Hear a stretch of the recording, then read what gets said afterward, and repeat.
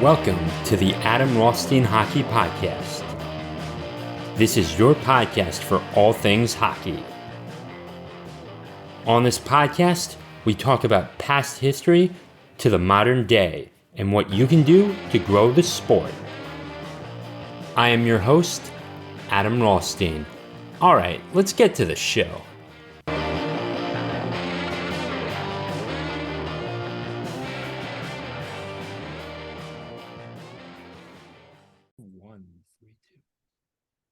And welcome back to the Adam Rothstein Hockey Podcast, episode 43.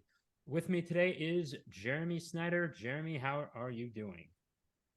Great, Adam. Thanks for having me back on the podcast, and I'm excited to talk some hockey with you today. You know, any number 43s in the NHL that you can Uh, relate this podcast to? I'm trying to think. Who are you thinking of? The first one that comes to mind is Darren Helm. Oh my God! Yeah, yeah. And That's and right now you have like guys like Tage Thompson coming up and Matt Barzal coming up, and it's like you don't think of 43 that often too. Yeah, I know. That's a Darren Helm number 43. So that's I guess this podcast. We'll see. We can think later if we come up with any other 43s. But yeah, thanks for having me on the podcast here, Adam. Of course, and it was good having you on the Blue Oasis as well back in the glory days, which is like 2 years ago. All right, so let's get into it. So, tell me about your hockey journey, how you started, and how old you were when you started. Yeah, so I was first on skates when I was 2 years old. My dad kind of got me on the ice, and that's when I first started skating. And then I was skating on my own by 3.5, 4 years old, and that's just fell in love with it since then.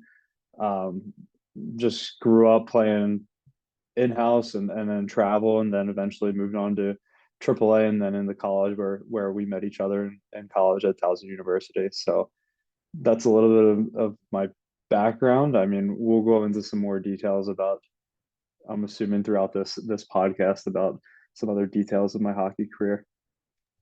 Now, Matt Stella was playing Double A, but you played with him all those times as well. Yeah, we played together pretty much. I don't know, from the time we were 10, 11 years old all the way up until, I mean, up through Towson, obviously, but we were playing double A together until 16s. And then that's where we played different teams for 16 and 18, but then we still played high school together. Speaking of high school, you won a championship, right? Yes, we did. We won our league championship my senior year, which is an awesome memory. Great memory to have, by the way.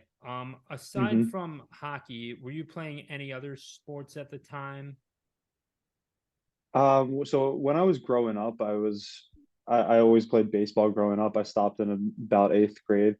Um, and also played golf and tennis a little bit, but that's kind of picked up in the more recent years with playing golf and tennis and other sports as well. But really just playing baseball and hockey seriously, and then kind of stopped playing baseball just to focus on hockey more once I got into high school. Of course. I gave up baseball in the seventh grade, and I've got to say, like, I was terrible at it.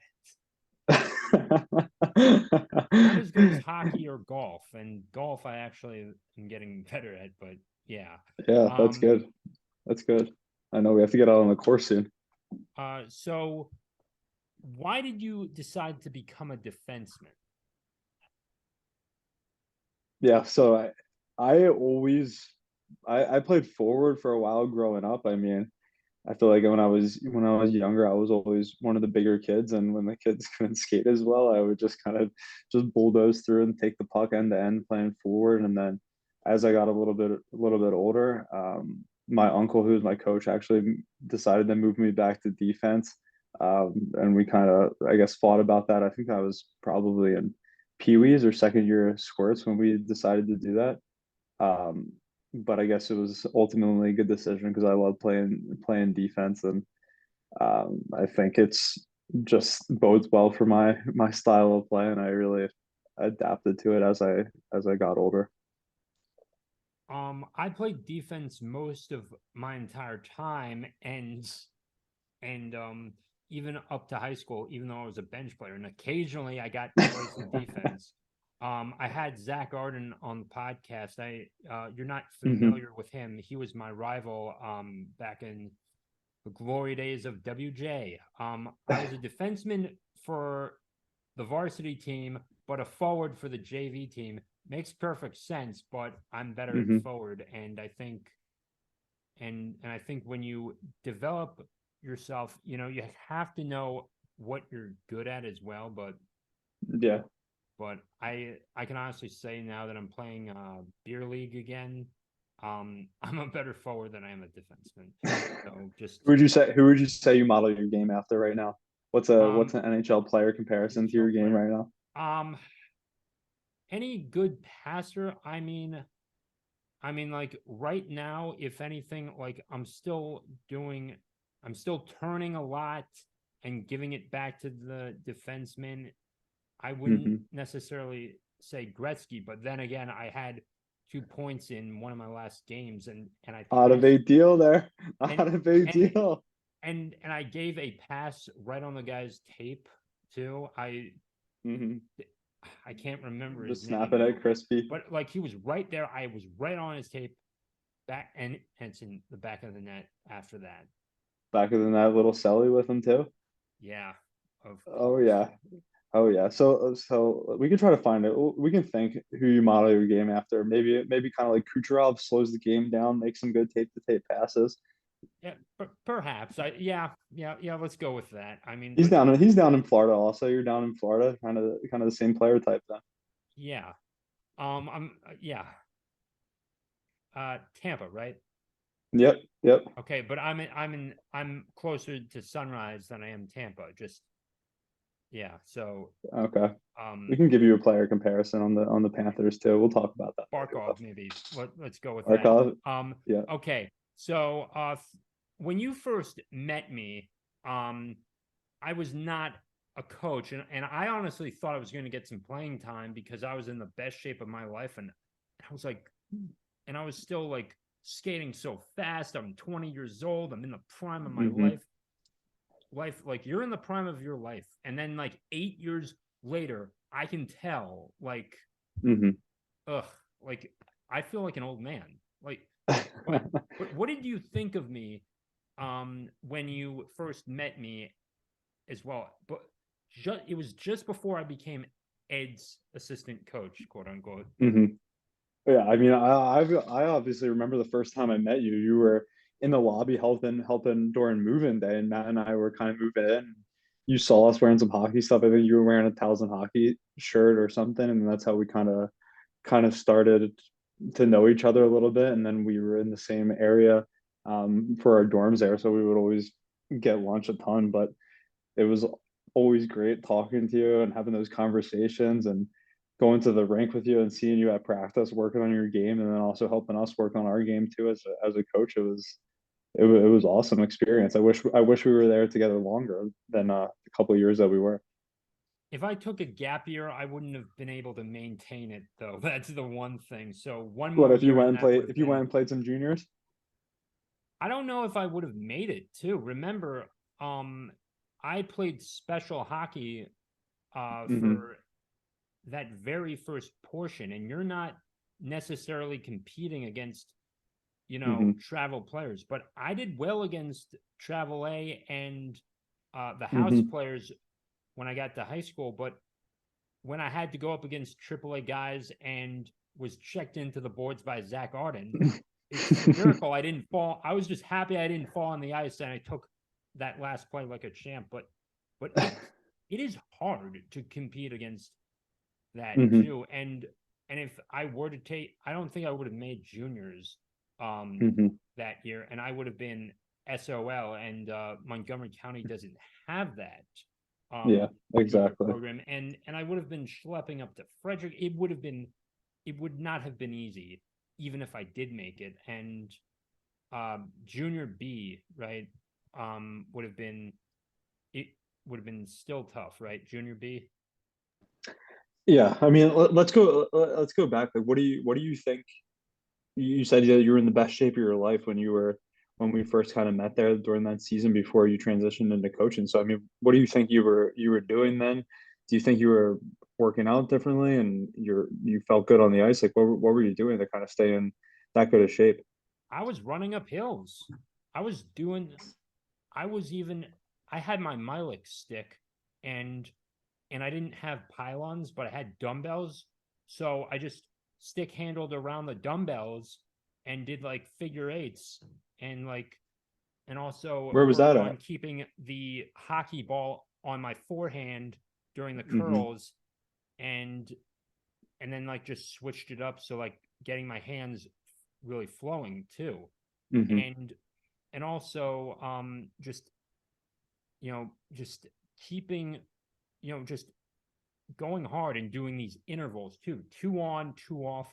Um, you don't remember Matt Hanley, but that's what he was doing as well. So I took it as well. So Hmm. I'd jog for 2 minutes at 5 miles an hour, then I'd speed it up to 9 miles an hour, and then just come back and then keep going Hmm. as well. So Were that you definitely training with him at the gym? what Or were you doing that? Were you training with him or any other guys on the team, or were you just I doing that on was. your own? I mean, there was a guy by the name of Hudson Apotheker. He was not on the team, but I had this PDF that he gave me of how to do legs, and Hmm. ever since then, I've I'm like leg pressing like 250 now, which is insane, even Hmm. though I'm like 190 now. And it's like tough, man. But Yeah, like, you're a and machine. squatting, like I dreaded doing that, but I did it. I didn't do any pull-ups or anything, but the legs, man, Hmm. like you get your legs and your shoulders in shape, you're gonna be golden. Yeah, yeah. That's a good thing for hockey players. So All right, I agree. moving on. Yeah, so what were you doing to stay in shape? Were during high school and before you came up as well?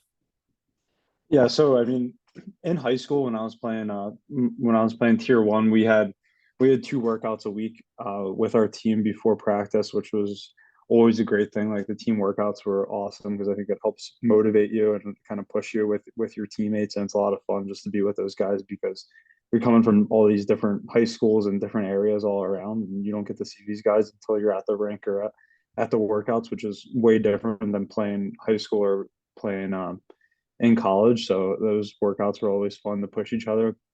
And then going to the gym another one or two times a week during high school. And then in college, a little bit different schedule where we just had the games on pretty much Friday or Saturday. So I would be like with our practices Tuesday, Wednesday, Thursday, I'd be working out Monday, Thursday in the gym and additionally. So that's what kind of helped me stay in good shape or as best a shape as I possibly could.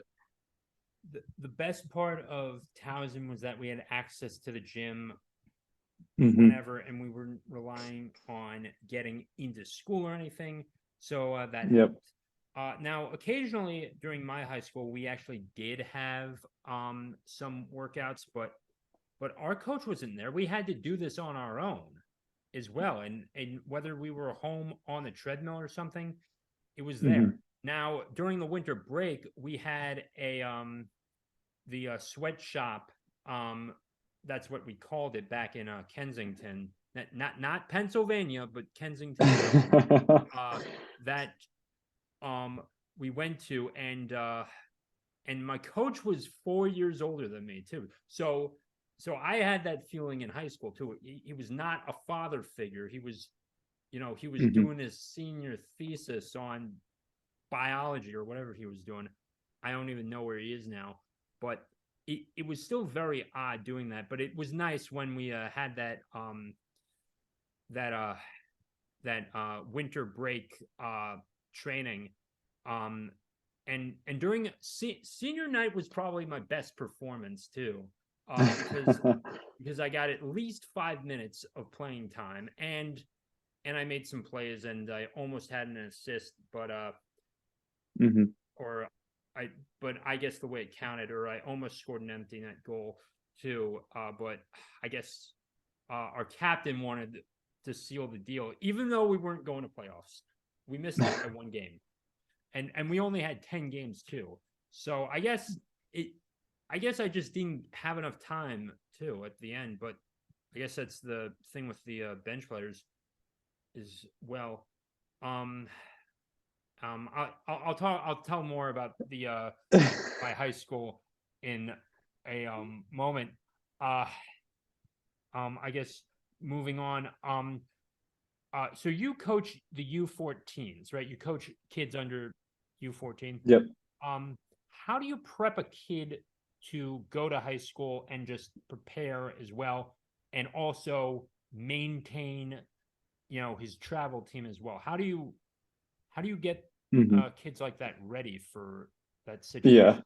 situation? So this is my fifth year of coaching, since graduating, and every year I've been with either between 13, 14, and 15. I've been with about the same age group every year. So it's a very interesting time in the kids' lives, like now that I'm realizing as coaching and even growing up, it's just like such a big transition between that Bantam year to the midget year. It's a huge transition developmentally, like physically for the kids, and then also like their play style. Like it's crazy how much better some of these kids have gotten in the last 2 years. Just seeing them play at 16s and 18s now from kids that I've coached in the past, but getting them prepared for high school is also such an interesting thing because the way USA hockey is, and the way it is in our Atlantic district, and I'm sure it's the same in Maryland, there's not really a cohesive approach to kids being able to play high school and be able to play travel at the same time. Like either way, kids are going to have to miss one or the other the way it is. Um, so it's tough for the kids to balance that schedule because they are on the ice 6, 7 times a week, and it's tough because they're busy with their homework, they're busy playing for two teams, and they're going from high school practice to travel practice and then trying to do homework late at night. It's not an easy thing. So I just kind of try to teach the kids a little bit about their time management and just learning how to prepare themselves for school and for hockey, and just like making sure that they're ready when they come to the rink, they're ready when they go to school, they're ready when they're at their games, they're ready when they're at practice. Because like I tell them, like as you get further along into high school, it only gets tougher with your schoolwork and balancing more travel for hockey. So it is a tough thing, but I mean I think ultimately like the it has to be a change that comes from USA Hockey and the district that makes it a lot easier for kids to manage both teams at the same time. Um, okay. Here's what I was. Here's a funny thing that actually is weird. So I was still playing special hockey for the Montgomery Cheetahs. I was on both the JV team and the varsity team. Hmm. Now, on the JV team, I actually scored a goal and got some points. Uh, Hmm. we didn't have 10 games. I forgot how many there were. We actually, I think I still wound up with like a +7 out of all of that. But, Not a big deal. Just but, padding your stats, getting but the pluses. but here's the thing is that I was benched as a defenseman. I think like I wish I came in as a forward, and I think that was probably the one thing that I Hmm. regret too. But I played on technically three teams, so I had to do the JV team, Hmm. the varsity team, even though we were all in the same practice together. But I even Yeah. had Saturday morning practice at 7 a.m. back in the day, Hmm. and my old man drove me. So there was that. And that's what and that's what kids on my team are experiencing right now, because a lot of these kids are going to private schools where it's very difficult to make the varsity team until you're in usually 11th or 12th grade. Like some of these schools have really good hockey programs now, so a lot of these kids on my team are playing JV and varsity, so they're really playing for three teams and they're just exhausted. And I think that hurts development and hurts their playing ability a little bit because they're not playing the same style. They're tired and they're not being like they're not able to put their full energy in. But like another thing that you were like you just asked me about preparing them play in high school or preparing them to take the next step in their hockey career. I think also is like having them advocates for their own development in their own games, just being comfortable talking to myself, other coaches, their high school coaches. Because I know like when I was their age, I was a little bit timid in talking to different coaches or um, asking about playing time or asking about different scenarios. So I just want to like make sure the kids know that I'm open to talking to them as well, and they should be comfortable having those conversations as well because that helps their development. Because you're not with them every day, you don't know exactly what these kids are thinking or how they're developing. So just being your own advocate will helps them get a lot better also. Speaking of being an advocate, I was a bit foolish this one time. We were in a varsity exhibition game, oddly enough, and I did decently. And I asked him, when do I get to go out? And then it's like because yeah, it's pretty embarrassing, isn't it? No, it's not embarrassing. It's just funny. Like asking them. No, it's not embarrassing at all. Be, because I don't think I was not clear on that.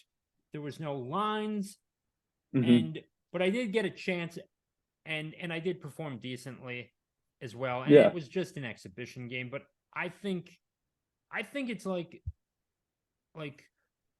the one thing is that no one wants to ride the bench, but yeah, and and I think had um my coach prepped not the bench players a little more and actually gave us a little more freedom as well, hmm, uh, it would have been much better. So, um, how do you deal with bench players and also do you let them in on a shift or two and just ease your ease some of the yeah. starters or the second liners?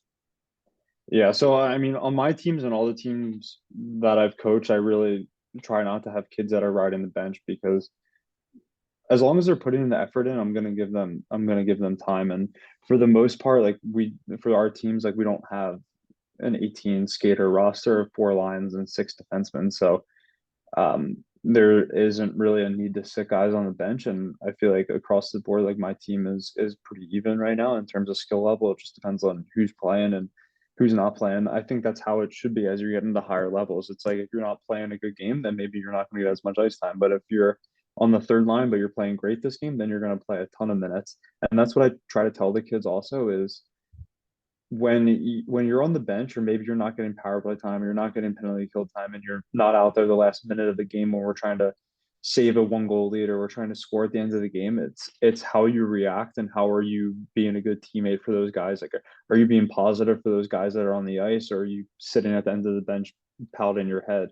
So like that stuff as a coach makes a huge difference, and I think for kids get into the next level, it also makes a huge difference. Just like being that teammate that everybody wants to have on your team, and it just makes it so much easier for coaches to coach you, so much easier for you to develop if you're having that positive attitude, like knowing you're going to get your chance, being positive for your teammates. And like that's such a hard thing to teach, and I think that elevates like good players from great players, just being able to have that other side of your game, that mental side, and just being able to talk through some of these other issues. I think that helps out so much in a kid's development because it's not an easy thing to learn, or it's not an easy thing that every kid has innate within them. So that's something that with the kids not playing, like I try to talk to them and let them know um, how they can kind of be more positive for their teammates or how they can help the team out in other ways other than being on the ice.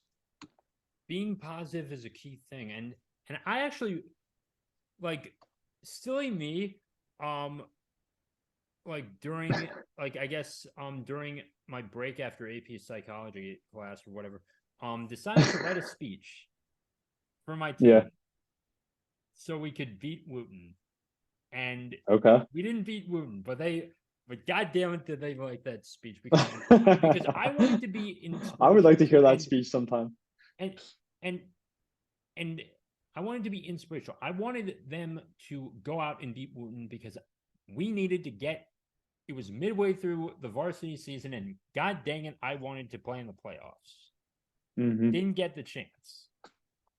Exactly. Exactly. It's just how can you do anything you can to help your team out if maybe you're not playing as well as you think you could be, you're not getting the ice time, but how can you help your team out so that you can also have these experiences because you're all part of one team and it's makes a big difference if you have everybody on the same page. Yeah. Um, I mean, I'm glad they liked that speech, but and if you want to write a speech, if you want to like say something to your team, I mean, I say go ahead as well.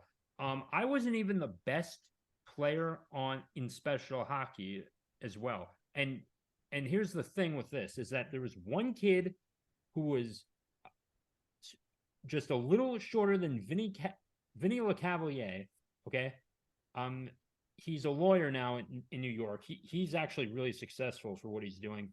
And but he decided to play like he was Zdeno Chara. And or but he was a forward too. And he would like take hits. Like I checked this guy from Whitman one time, and then he goes to the box too. But he's like he's playing like dude, I already checked him. The puck is away, and then so it was interference, and rightfully so that he went. But he was the better player, even in the special hockey tournaments we went to. So like it's like I just was never the best on any team too, but I still gave it my all, and I had Exactly. excellent games too. Shots from the blue Hmm. line as well, and Yeah, and odds are anyone watching this is not going to be the best player on their team because you've got 20 plus guys already. So don't feel bad if you're not the best hmm, goaltender or the best um defenseman or forward or winger, whatever. You're gonna, yeah, you know, they're gonna have their moments in of failure and success, and you'll have yours. Guess what? You need to be there when they're struggling, and you need to find a way to succeed because guess what? Even Ovechkin doesn't score every night, and Gretzky exactly. didn't score every night. And even Hmm. though it seems like McDavid does, he doesn't.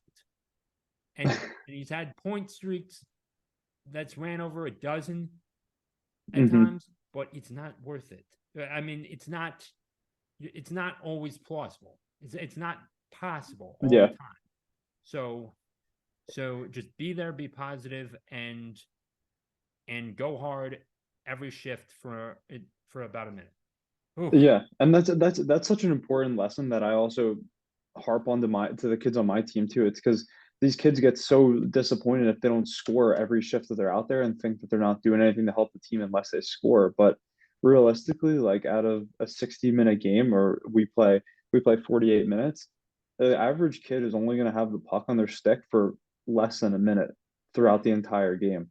So you're really playing 40 if you're on the ice every minute, you're really playing 47 out of 48 minutes pretty much without the puck. So how can you play without the puck? Like what do you where are you on the ice so you can be in spots to help your teammates out, you can make hits, you can block shots, like all that kind of stuff like without the puck is really like over 90-95% of hockey is played without the puck. So that's like something that a lot of people don't realize. I think that's such an important lesson.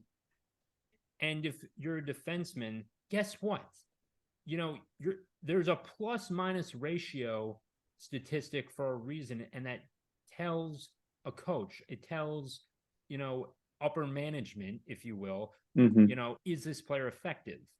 Because Yeah. not Zdeno Chara wasn't known for getting a lot of points, and and with the exceptions of Bork, Coffee, or Hmm. they're rare exceptions, but you take someone like Chara, you take if you're old school, Duncan Keith or Mike Green, uh, Hmm. Chara, Keith, Green, they didn't score a lot of goals, but guess what? They had good plus minus ratios, and for a defenseman, uh, take raise that stick and get the winger out of the paint. Hmm. Make sure your goalie can see where that next shot is coming from, because if your goalie can see it, he can stop it. Yeah, and that's something that I just went over on Monday night at practice with my team in our video session. We give up 3 goals over the weekend where our D we're watching the puck, watching the guy shoot the puck, and then their guy in front screens our goalie, and our goalie can't see it. It goes in right over his shoulder or something because he can't see that puck. So that's something that I've gone over in video many times with my team this season. Yeah, I mean, we're not Jedi. We can't use the Force and like feel the puck or something. Um, okay, so wow. I mean, this is turning out to be a fun episode. Prepped for that. So, I guess what sport and continuing on with the alternate history with hockey, I don't know if that Mhm. segment, that bit of the conversation got through, but before I recorded, but what sport would you play if hockey was never invented? What sport would I play? I would play golf. I mean, I play golf now. I love it. It's my second favorite sport. So Golf is pretty underrated. It's a little difficult to watch on television because it's like you have to wait. Now, I love Rory McIlroy. yeah, He is amazing, and it is a shame that we will not see Tiger Woods play again, but at least he's alive. hmm. So there's that. Mike, Well, here's the thing. This is why I like golf so much, especially now as I'm like done playing in college. Think about like how much better do you think now like you'll be able to get at hockey? Like realistically, like not really any better. It's only going to get worse, or you'll stay pretty stagnant with hockey now that we're retired. But with golf, that's something that you can go practice every day, especially for you down in Florida. You'd be able to practice every day, and that's something you can get really good at. So it's like kind of it's the competitiveness within myself to try to get better every time I go to the course, and I want to get better because I know like it is a sport where you can get better as you're getting older. So that's why I love it so much, just that competitiveness. yeah, and I like chess too, oddly enough. And I don't know if you've played chess, or how Hmm. familiar you are with it. You play it at all in um I've played in the past. I'm probably not as competitive of a chess player as you are though. like I have played 15 chess games today. So I was up at like 6 in Whew. the morning, Just playing more grinding stuff. Like chess this morning. I'm what You're just grinding chess this morning at I 6 a.m. played I played I played about 2 or 3 before we got on this. It was 5 in the morning, and then on my lunch break I took 5 there, and then after work I played another 2 or 3, and What was your then I record played today? like another 2 or 3 before I had dinner. So at least 15. I so I What was was your like, record today? what? What was your record today in those 15? It's like, okay, I had to resign from 3 because one was only because Vanakis called, but uh but I got at least 12 down, and I'm up to like almost 300 on chess.com, which is pretty low. It's not like a 1500 like Magnus Carlsen, if you even know who Yeah, he is, yeah. the goat of chess. Um Yeah, you need to challenge a Gallagher to chess. uh, Oh, yeah, definitely give him my email. And I guess for those of you that attended the alumni game, I guess, well, this will be out after that. I Yep. want to say hello, and also a little bit of a segment pause. I have to do this. Please be sure to sign up for rossdna.substack.com. That is my domain. You can subscribe for free or for $5 a month, and you get bonus audio episodes as well as paid written content and some videos every now and then. So it's definitely worth the payment, and also there's free content as well, and you are always free to go back and look over the videos and the written stuff and the audio segments I produced. So For those for definitely, the for those fans out there, this guy pumps out content. It's worth it. This guy pumps out content. He's always got great ideas, some new fresh ideas. So subscribe and like to this guy. This is his page. Adam always has some great ideas, some great stuff out there. yeah, 100%. Video games. So apparently this ref that's coming behind me, Hmm. he's from Blades of Steel. I'll call him um I'll call him Bob for now. Bob the Beauty. Bob the Bob the Beauty, the ref. ref. And then you have the New York junior team or whatever. So what do you think of this game behind me, Blades of Steel? Have you ever That played it? was, yeah, it's one of the first games you played on Game Boy Color. No, I played that on whatever the Wii was for the downloadable version thing. There I was don't, I that. don't know. Thought that was on a Game Boy. Well, I mean, no, it's on NES, but I downloaded it from that, but Hmm. it's okay. Um, I Yeah, it's a guess great background though. I mean, yeah, so oh, do you oh, so a few more questions.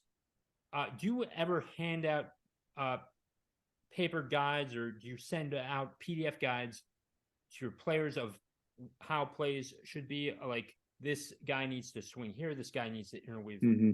weave here Yeah, to at set the up a beginning two of on the one and season, yeah. yeah. At the beginning of the season, I have about a 35-page playbook that I print out and hand out to each of the guys on the team. I mean, there's a couple pages at the beginning there just of like rules, expectations, some goals for the team for the season, and then it goes into the playbook of all of our different systems, and then we go over it. I have a test with them at the end of the summer once we've kind of gone over some stuff just to see where they're at, what they know about the game, and then throughout the season with our video sessions every Monday night. And then before games and after games, we kind of go over some stuff and different systems and kind of go back and reference that playbook there. Of course. Whew, man. And Okay. the playbook is great as an initial reference point. But there's only so much you can script in a hockey game, you know. So that's it's just more of a reference point and just knowing kind of the general aspects of where to go. Because I don't harp on it too much, but it's just teaching these kids some different systems, maybe some stuff that they've never learned before and never even heard about. Sometimes my preference is to get it to the point, because sometimes you need to slow the game down and actually that actually does help your players sometimes because you're not Hmm. always because if you're always going to be pumping and grinding, yeah, you're gonna burn out fast. So I would Exactly. so if you get a chance to get your players to slow down and control it like a chessboard, there's chess again. Um, you're Hmm. more likely to score because as well, and they get clumsy and they miss the queen that that takes the king, and there is a goal. So there's Well, that. let me ask you this: what part of a hockey game do you think resembles chess the most? Because I have an answer for myself, but I want to know what you think. I would say um it's where the defense controls the puck at the blue line, Yeah, if I anything, was. because they're essentially, well, they're sort of the quarterbacks of hockey because Mhm. they get their guys going as well, and I guess the wide receivers are like the centermen and the wingers, and then they have Hmm. to like interweave to to get to the goal line as well. So so if anything, it's all relative. Yeah, I was thinking a power play because it's basically your move on in the chess game. You have the advantage. It's usually slow and controlled. It's methodical, and I think that's probably the power play. I think relates to chess the most for me. Wouldn't that also be the penalty kill because you also have to defend? Because Hmm. in chess, you have to put the bishops in a certain way, or if you don't have bishops, you have to move the pawns in a certain way, and you have to make sure that you can Hmm. set up and also take a piece if you need to, and Yeah, and it's and it's hard too, uh, yeah. as Well, the well. penalty kill is because you're defending. You're kind of reacting off of what the other team's doing. Well, And you're preparing to protect your queen and your king, which is the goal in the net, I guess. yeah. Uh, wow. So Mr. Vonakis, when we say that, okay, Mr. Jovanakis, wanted to ask this question. How important is a backhand spinorama toe drag when you're the last guy back on the blue line in a 5-on-5 situation against a ranked team at home in the dog days of the season? Go. I mean that's a great question from one of the fellow fans and former guests of the podcast. I mean, it's a very interesting question because I obviously would love to make that move and would love to be on the highlight reels, but I just don't think it's the right time and place and to make that move when you're the last guy back. If you're up in the rush like Joe was, I think that's his time to make that move. Or if I join the rush, that's my time to make the move. I don't think about the last guy in the rush to make that move. What do you think? I think that's pretty complicated when you're back checking. I mean, Yeah, you like don't think you when don't you're think on you don't think when the you're the last guy back on the blue line. I'm interpreting that as you're back checking because, like, oh my god, he, geez, the way he wrote that question certainly confused me. But if you're in the zone, I definitely say do not do that. If you're in your yeah. defensive zone, please don't do that. Would you do that in your game? Would I do that in my game? I'm not fancy. You're just a grinder. I'm more of a get out of a tough situation, see the Hmm. ice with my eyes. If if I can see everyone, I know I can get a good pass off Hmm. as well. Now if you're in the offensive zone and you got two guys behind you, there's no one on you, but there's someone coming straight at you. If you get it to back to the point, and then guess what? They're going to be out of position, and then they can pass to the defenseman, and then a Hmm. goal's in as well. And Yeah. guess what? An assist is two passes in hockey, and that's how I did it too. So you don't have to do anything fancy as well. Like I don't like being fancy. I don't like taking too many risks. I mean, I'll go Hmm. to my backhand, the goalie, but I'm not doing like you don't have to pull off. You don't have to stop on a dime and give someone change. And you can keep the change, buddy. Yeah, you can give the change, buddy, because there's a price to be paid to get fancy as well. Yeah. And if you have and I would rather stick to your standards, stick to the standard style of play before you go off and do anything else. But if unless you've really mastered that, would I say go ahead and Hmm. do that as well. Oh Yeah. man, That's a great question from Joe there, though.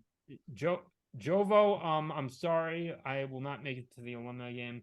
Priorities, and I got to deal with things tomorrow morning on Friday, and I still have to Yeah. figure Let's out yeah. Let's I keep have to it. figure out this event I'm going to on Saturday, but that's um Hmm. tomorrow night. Oh, beer league. Are you still doing that? Oh yeah. Oh yeah. We our league just kind of picked up, so games are starting next week, which I'm excited about. Do you check it all? No, it's non-check. I can't do check anymore. Yeah, pretty much all these leagues are non-check. Although the guys from my league are going out to Sun Valley, Idaho. They actually went out today and they're playing some full contact games. Nice, nice. What's the price up there to play in the beer league?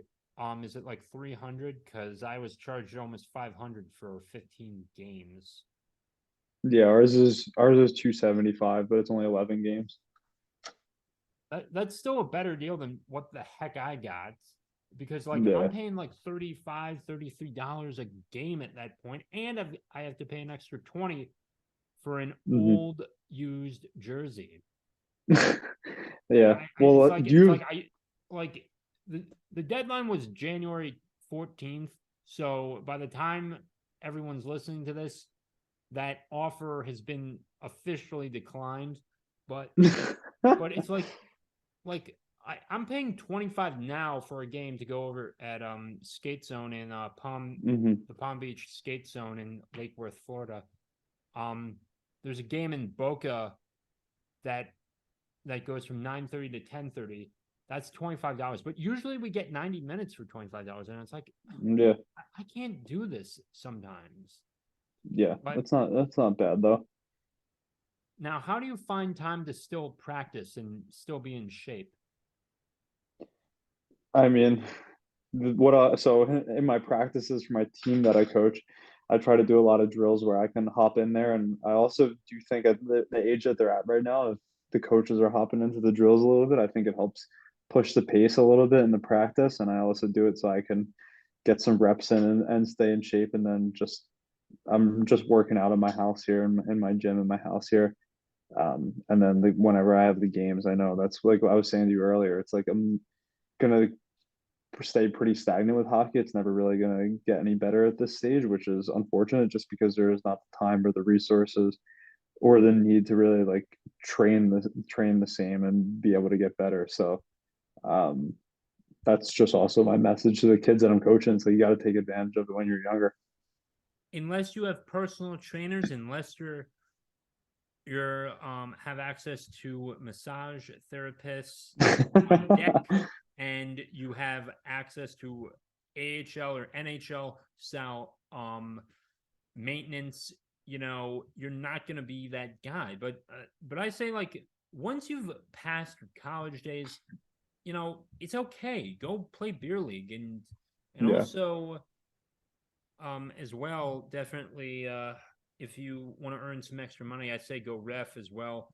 I was considering it. I think right now, I mean, it's definitely hard to get certified, and I have to wait till June to get certified. June, in like I've got to wait a whole 4.5 months to get certified, which is Yeah, I mean, if we can talk after this if that's something you're serious. I think that'd be awesome for you to get into refing. yeah, definitely. Um, what else is there to talk about? Oh, here's a good story. Here's an interesting story. I actually, um, it wasn't tryouts, because we had it was club and you paid like $900. Well, your father paid $900 or whoever was paying $900 to it. So it was like mid-August, or it was like late August or something, and Mhm. I caught mono, and I uh, puked in, and then I told the coach, and then I think a little while later I got on the ice and just sucked it up and somehow scored a goal against the starting goaltender at the time. And I was like, There you go. and you want to know something else? He still freaking benched me when I was not even at 100% too, and he knew that Hmm. going into it. So Yeah. I was like, I don't know. It's like if there's a high school team out in the West Palm area near Hmm. me, and they develop a league, I will make sure that I can get the bench players ready to go for a shift or two, because I think I do Yeah. I do find that a bit of a failure on his part now that I look at it, Yeah. and I think that was a I'm great. sure I'm sure there's some high school teams in the area that you could help coach. I think that'd be a great thing for you.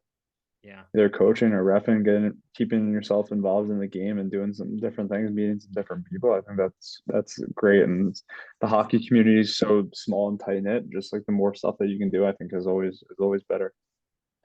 Should I tell you about the, I guess, the Don Lucia connection? Like the last thing, and then, because I think this is important, the Don Lucia connection. Did I ever tell you this? No, you have not. The My first coach, David Lucia, which is has the same last. It's the same. It's a different last name spelled the same, and he was teammates with Don Lucia for 2 years at Notre Dame. Good old, Hmm. good old Fighting Irish, NCAA hockey, and he Yeah. found his way to Washington D.C. Was an Air Force colonel, and then he told me the story, and then I looked it up on whatever college hockey reference was, Mhm. And then I also looked myself up. Number 33 should have been a goalie at the time. Um, with that number, but uh, yeah, they were teammates for 2 years, like early '80s or as well. So That's crazy. so he's doing well. David Lucia, Don Lucia is retired. I could be mistaken on that, or he's not coaching the Golden Gophers anymore, is he? I'm not sure. Yeah, That's I'll have that's to a say great that he's question. retired at this point. Okay, well, that'll do it for episode 43. Unless you want to say something else, or you I good? have I have one question for you that I think would be an interesting topic for the fans to listen to and for us to discuss. What's what's one thing that you would change in the NHL? Like rules, players, anything. Like what's one thing that you would change I that you think would think be good for the game? there was one issue of an offsides that I think was a bit unclear. There was a situation, maybe it was the Predators and the Hmm. Blackhawks, but it was one guy who had his foot out, um, and but there was possession of the puck, and that rule was very confusing. I say to make it as clear as possible with that offsides rule, make sure whoever is controlling the puck goes first. Because I slow down at the blue line and I do not cross that blue line until I see at least the blade and the puck ahead of that blue line in Yeah. the offensive zone. So I think so if you have a guy coming back and that blade and the puck goes in, I think you know that leading foot thing is very confusing. So don't overcomplicate that. Make the offsides um possession of the puck, and everyone has to exit completely out of that zone. So that's out of the blue line, and you need to be completely out of that zone. So go past the blue line, then back in is my Hmm. thing. What do you think? Yeah. Interesting. I think my rule change I think would be really cool to see either 3-on-3 in the regulation for 10 minutes or I guess or after 3-on-3, if it's still tied, I would like to see like 3 minutes of 2-on-2, and then it goes to a shootout or something. I think that'd be a crazy thing for people to watch. I think that'd be really entertaining. I don't know. Like I talked to Matt about this about the shootout, and it's like, are we really gonna penalize teams that just don't have enough finesse to deke? Because Yeah. I mean it's hard enough to deke as well. Well, And everyone now has good enough hands to go in the shootout and everything. So I think good point. a way like with the shootout, I think it could go to like an international point system where it should be like maybe 3 points for a regulation win, two for overtime win, one for an overtime loss. So there's 3 points dished out every game. Because right now some games have 3 points dished out, some games have 2 points dished out, depending on when it is. But I think if they go to the international point system, there's 3 points no matter where how the game ends up. Yeah, and when it comes to the standings, you know, like I don't know. Let's take Pittsburgh or something for example, and they played 40 games. They're like 15, 15 and 10 or something like Yeah. that. You're not, oh yeah, we're a 500 team. Yeah, we're 15, 15 and 10. It's like, no, you're Yeah, you're not. really 15 You're and 15. 25. What? Yeah, You're yeah, really you're 15 and you're 25. 15 and 25 and you're terrible. But no, the Penguins are actually doing decent this year. Even though we hate them. Uh but definitely I'll definitely say go to 3 point system. That's another thing. But the offsides should not be confusing for the Hmm. casual fan not to understand. So Gary Bettman's fault. Um, I guess one more thing now that I think of it. Gary Bettman's fault. That's One more funny. thing. The butterfly era. Do you think goalies now doing butterflies rather than doing that stand-up style like comedians back in the 90s? Do you think that do you think it's just better for the goalies now to do the butterfly, or Oh yeah. like has this industry standard benefited people? Oh yeah. Big time. Really? Yeah, big time. Big time. You can't play a stand-up style anymore. You'll get torched out there if you're playing stand-up. And even with the injuries, because I tried to do it once and I was successful, then I injured my knee. Well, playing goalie. Um, no training for it. I Training to play wanted goalie? I almost, if we had a different, like, I almost became a goalie, and I think I would have been butting heads with some goalies in high school as well, Hmm. and also in college. But Yeah. yeah, Yeah, you could have taken Stu's job. oh my god, that would have been amazing if I was able to do that and play against Navy as a goalie. But yeah, Yeah, that would be crazy. yeah. Oh, happy birthday, still, if you are listening out there on the Spotify. Um, okay, so that'll do it for episode 43. Please be sure to rate this podcast 5 stars on all podcast 5 stars, plat- baby. platforms, whether on Spotify, Apple. Please write me a little review. Let me know what you think of this show, because this game is the best game in the world. And it's also the most expensive in the world. So definitely help me get those ratings up. Write a little review, 5 stars. Share this with 3 of your friends as well, and subscribe to rothsteina.substack.com. That is rothsteina.substack.com. And I'll put and there should be something, and I think I'll put something in the notes as well. Yeah, check the show notes as well for that link. And I'll say Substack : and then just click the link. So yeah. All right. Anything you want to cover? Or do you want me to put your Instagram in Oh, the just yeah, you could tag my Instagram in the post, but that was a great episode, ton of fun. Always great chatting with you, Adam. I'm looking forward to seeing your continued success, continued 5 star reviews. So the people need to review and like and comment. So you keep pumping out this great content. I'm looking forward to seeing some other guests that you have on. So um, perfect. yeah, just keep up the good work, Adam. Also, if you haven't already, please subscribe to the YouTube channel as well, where you can get this on video. Thank you very much, Let's go. and take care.